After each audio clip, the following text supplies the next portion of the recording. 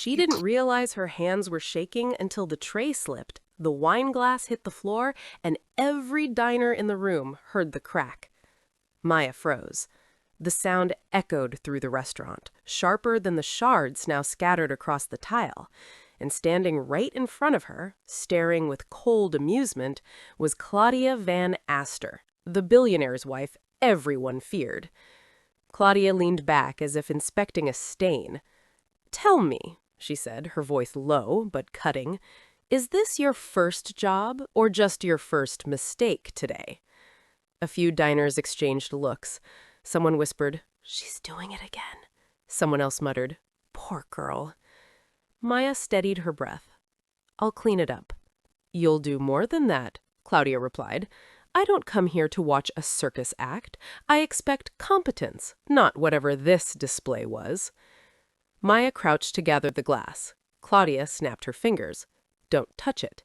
You'll bleed on the rug. Then I'll really have a reason to complain." Maya paused, but only for a heartbeat.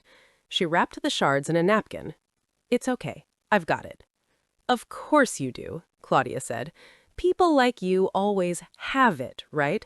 Until you disappoint me again." Her husband, Charles, lowered his eyes.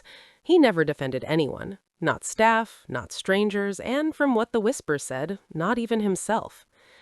When Maya stood, Claudia waved at the empty space where the wineglass had been. "Bring me a new one, and try not to break it this time. My nerves can't handle your inexperience."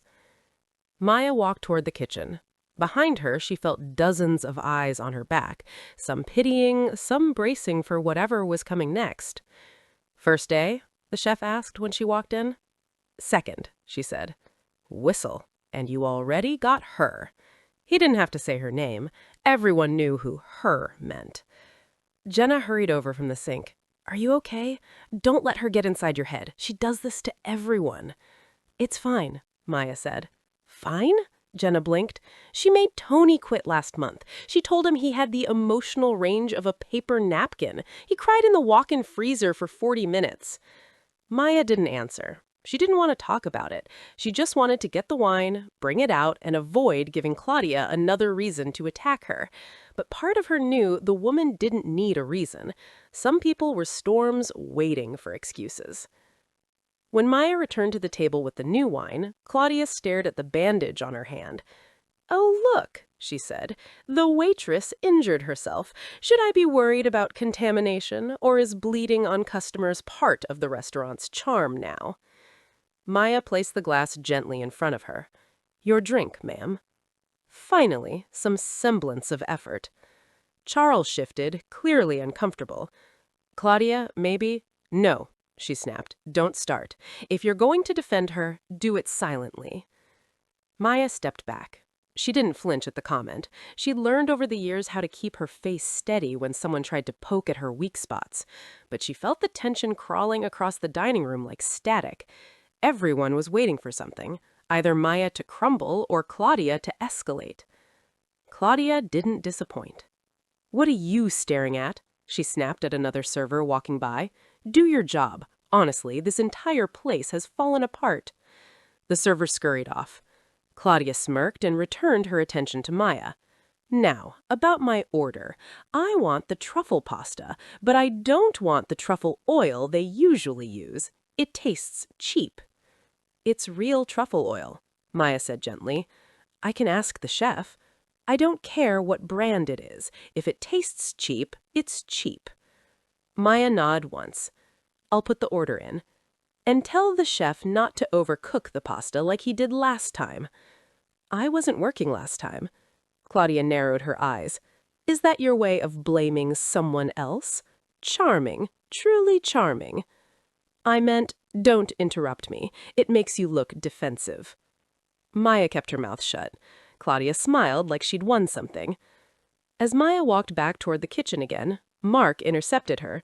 "Let me take the table. Seriously, you don't have to do this." "She's in my section," Maya said. "She's in everyone's nightmares," Mark replied. "I've served her for 5 years. Trust me, she can ruin your whole week." "I'll be fine." "No one is fine with her," Mark muttered. But Maya meant what she meant.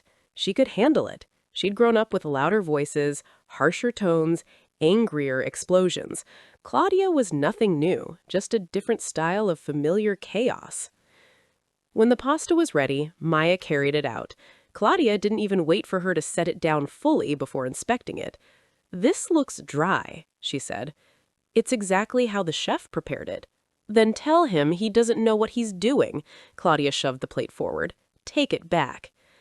"I can ask him to add, take it back." Maya lifted the plate. "Okay." "And while you're at it," Claudia said, "tell your manager if this continues, I'll be writing a very thorough review, with names."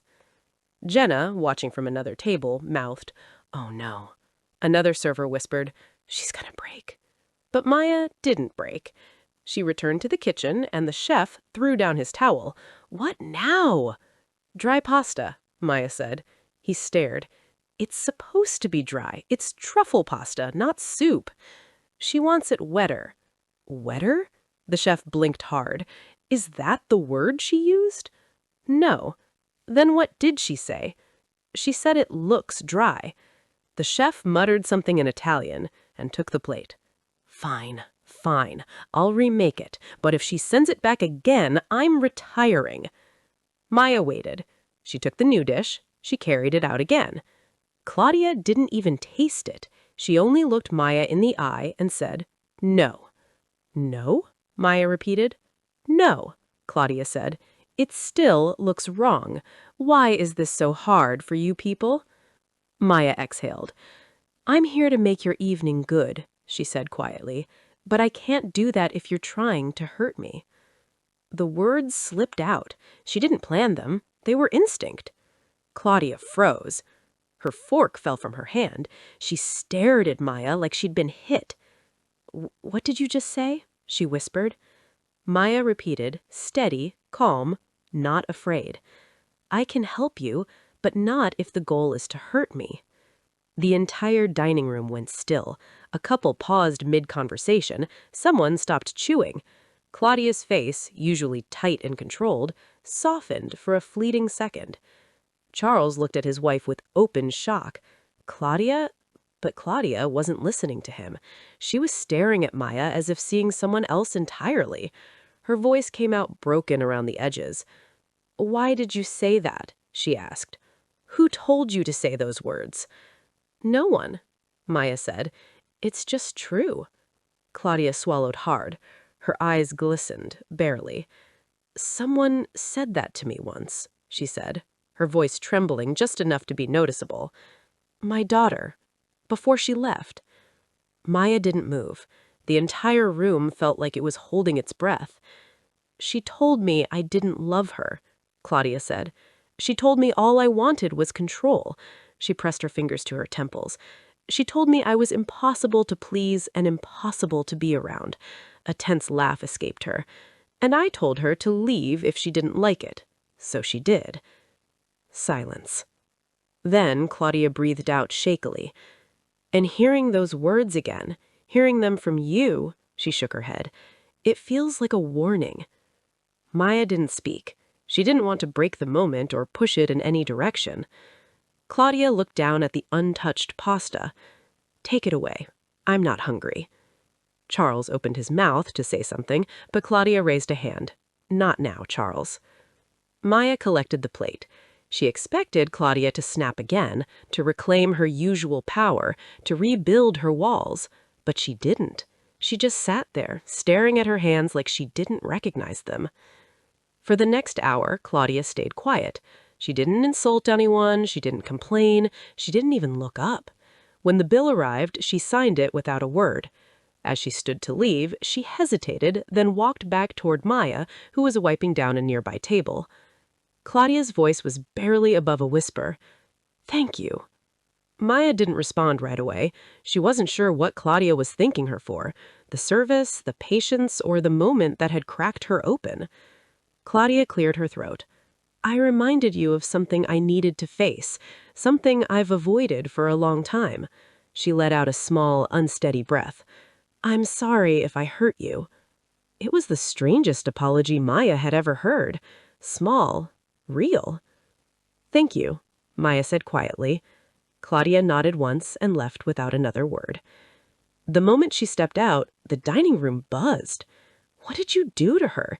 Did she actually apologize? Are we living in a parallel universe? Mark walked over, eyes wide. I've served her 100 times. She's never apologized.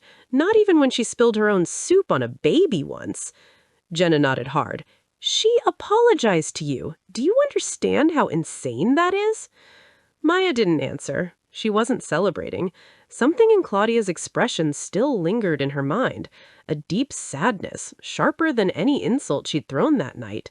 The next afternoon, Claudia returned, alone. She stepped into the restaurant with none of her usual force, no heels clicking like a warning, no dramatic entrance. She walked straight to the front desk and asked for one person. Maya. The staff stared. The manager nearly choked on his mint. You want to speak to her? Yes. They sent for Maya. Claudia waited by a corner booth, hands clasped, eyes softer than anyone had ever seen them. Maya approached with quiet caution. You asked for me? I did, Claudia said. I didn't sleep last night. Maya stayed silent. I kept hearing those words, Claudia said. I can't help you if you're trying to hurt me. And then I kept hearing my daughter's voice saying the same thing. I think I pushed her away because I didn't want to admit she was right. Maya listened.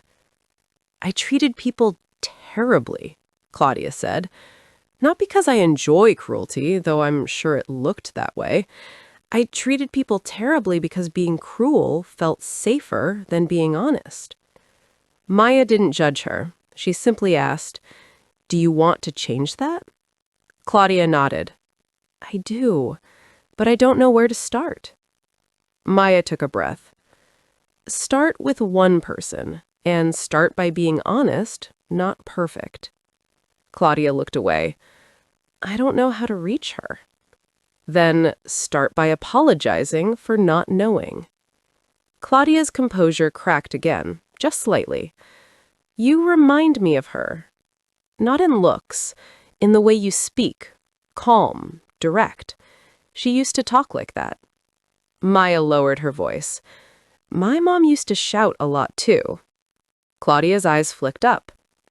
I learned early that shouting usually means someone's scared of losing control. Maybe you weren't angry at her. Maybe you were scared. Claudia let out a shaky breath. I was terrified. Terrified she'd learn she didn't need me. Terrified she'd see how flawed I was. Terrified she'd love someone else more. And what happened? Maya asked. She left anyway, Claudia whispered. Because fear isn't love. They stood in quiet for a long moment. Call her, Maya said. I don't know if she'll answer. Call anyway. Claudia wiped her eyes quickly, trying and failing to maintain her usual mask. Thank you, she said again. I don't know why you're helping me. Because no one helped my mom, and maybe things would have been different if someone did. Claudia placed a hand over her heart. I'll try. And she left, quiet, thoughtful, changed. Over the next weeks, the staff noticed something strange. Claudia stopped snapping. She stopped demanding impossible dishes. She stopped criticizing every movement. She was polite. Sometimes awkwardly polite, but clearly trying. One evening, Charles came alone and pulled Maya aside. Whatever you said to her that night, thank you. She called our daughter. It was messy, painful, but they're talking again. Maya felt something lift inside her. She nodded. I'm glad. Later that night, the manager approached Maya. You handled something none of us could, he said. I'm giving you senior server status and a raise. The other staff clapped and cheered. But Maya only smiled quietly. She wasn't proud of humbling Claudia. She was proud of reminding her she wasn't a monster, just a person who needed a mirror at the right moment. By the time the story ends, word spreads through the restaurant, through town even, that the billionaire's wife, once the most feared customer, had softened, not because someone matched her cruelty, but because someone refused to let her use cruelty as armor. If you enjoyed this story, don't forget to like the video, comment your favorite moment, and hit subscribe so you don't miss the next one. It helps more than you think, and it keeps stories like this alive. And wherever you are listening, remember this. Sometimes the smallest voice in the room can shift the entire atmosphere if it speaks with clarity, honesty, and just enough courage.